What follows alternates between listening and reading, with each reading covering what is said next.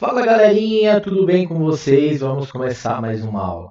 Pessoal, nessa aula de hoje a gente vai finalmente entender o que é um esquema elétrico, tá? Então preparei aqui um rascunho para a nossa aula de hoje e a gente vai falar sobre alguns pontos importantes e entender o que é um esquema elétrico. Só pegar meu assistente aqui, caso eu precise escrever na tela. Então, pessoal, vamos lá. O que é um esquema elétrico? Pessoal, um esquema elétrico, ele é o caminho para acharmos um defeito ou um problema na placa. Um exemplo que eu gosto de dar é o seguinte: imagine uma casa que você precisa achar um defeito em no encanamento de água do banheiro do fundo. Vamos supor que tem 2 banheiros. Se não tem, no caso, um engenheiro, uma planta para falar que o encanamento está localizado em tal parede, está seguindo em tal caminho, eu vou ter que quebrar a parte da sala, vou ter que quebrar a casa inteira para achar o defeito? Não. A gente tem um engenheiro, né? Esse engenheiro faz uma planta para o quê? Para achar o defeito e achar no local certo. Falar, ó, realmente o defeito aí no seu encanamento do banheiro do fundo está localizado nessa parede aqui, pode quebrar que você vai achar o defeito. O esquema elétrico geralmente ele faz a mesma coisa, né? Tem um engenheiro que construiu cada celular, né? Tem um engenheiro que constrói o esquema elétrico para você ajudar, né, a achar esse defeito.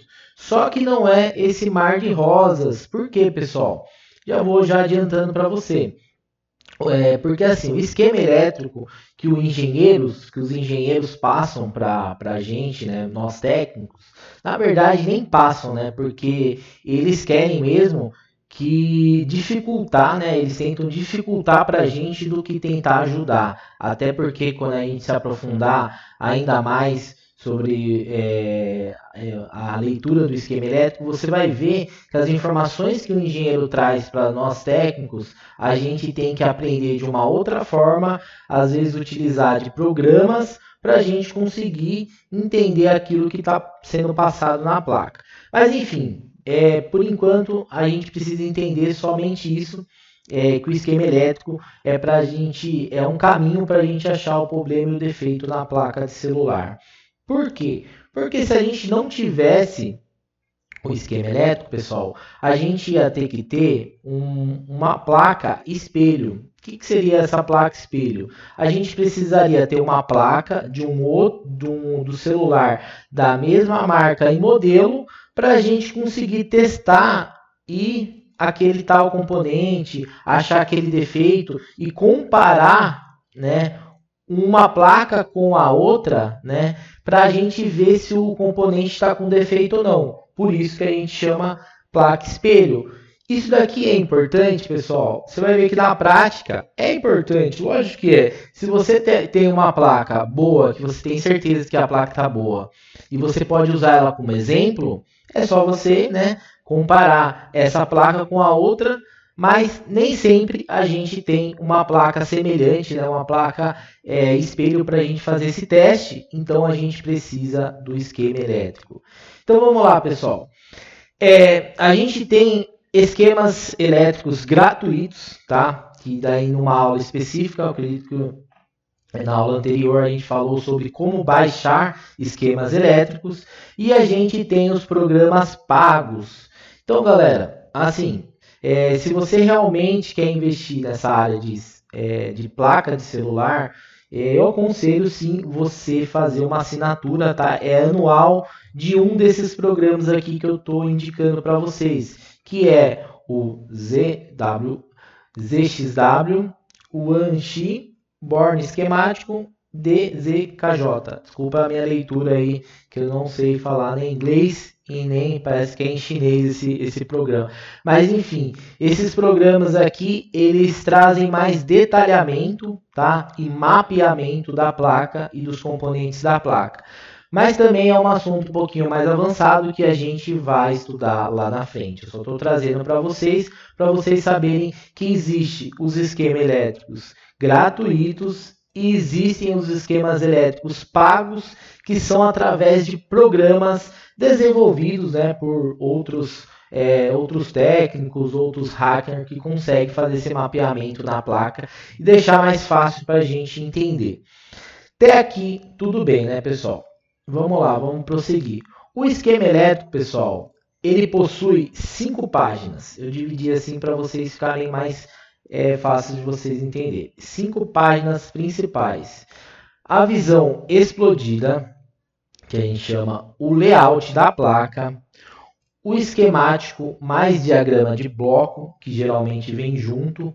O troubleshoot, né, troubleshot, que é em inglês, ou fluxograma, porque em aparelhos da Motorola a gente fala troubleshoot e em aparelhos da Samsung e outras marcas a gente chama de fluxograma.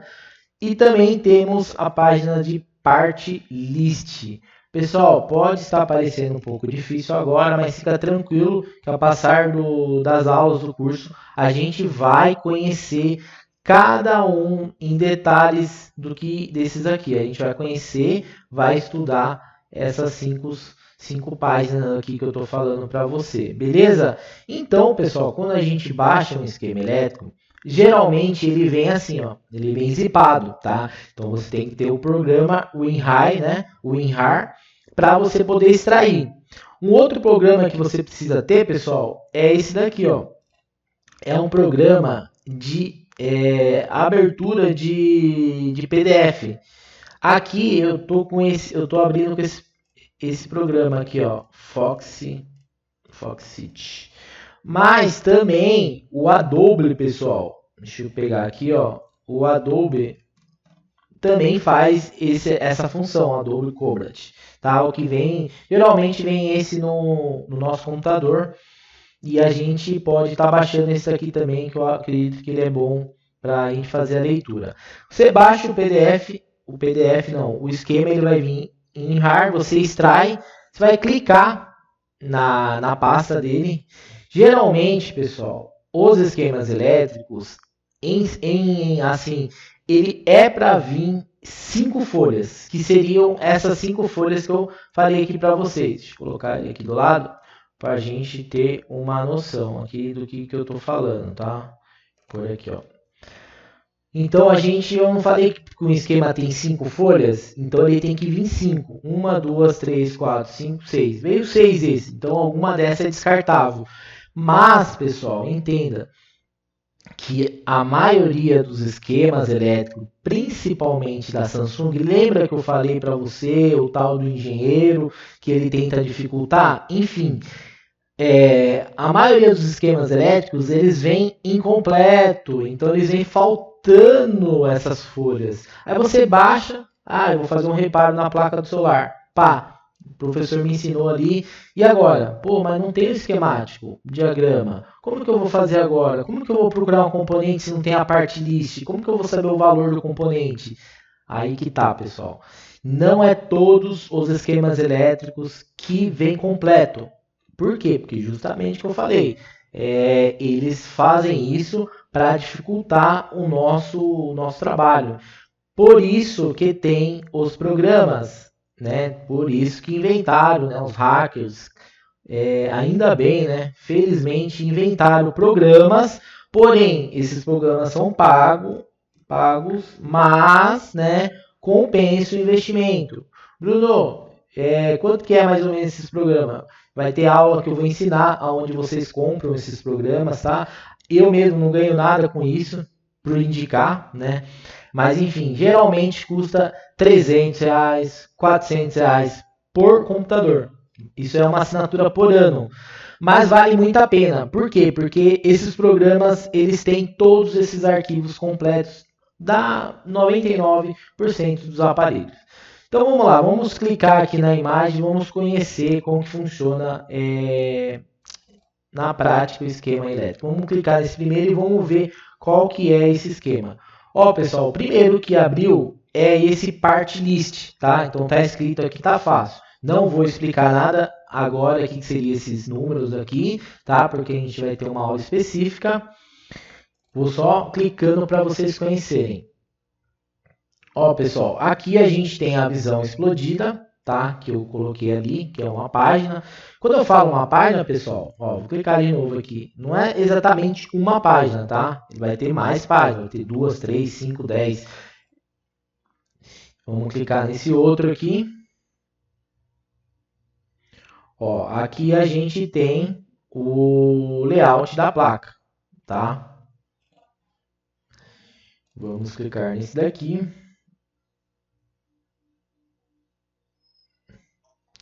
Ó, o manual, vamos ver esse aqui qual que é. Ó, esse mesmo aqui, pessoal, não precisava nem vir, ó, porque é descartável, não tem nada, tá? Então essa folha aqui a gente descarta. Vamos ver esse daqui. Ó, pessoal, esse aqui, o que é? Também não vem nada, vem só escrito.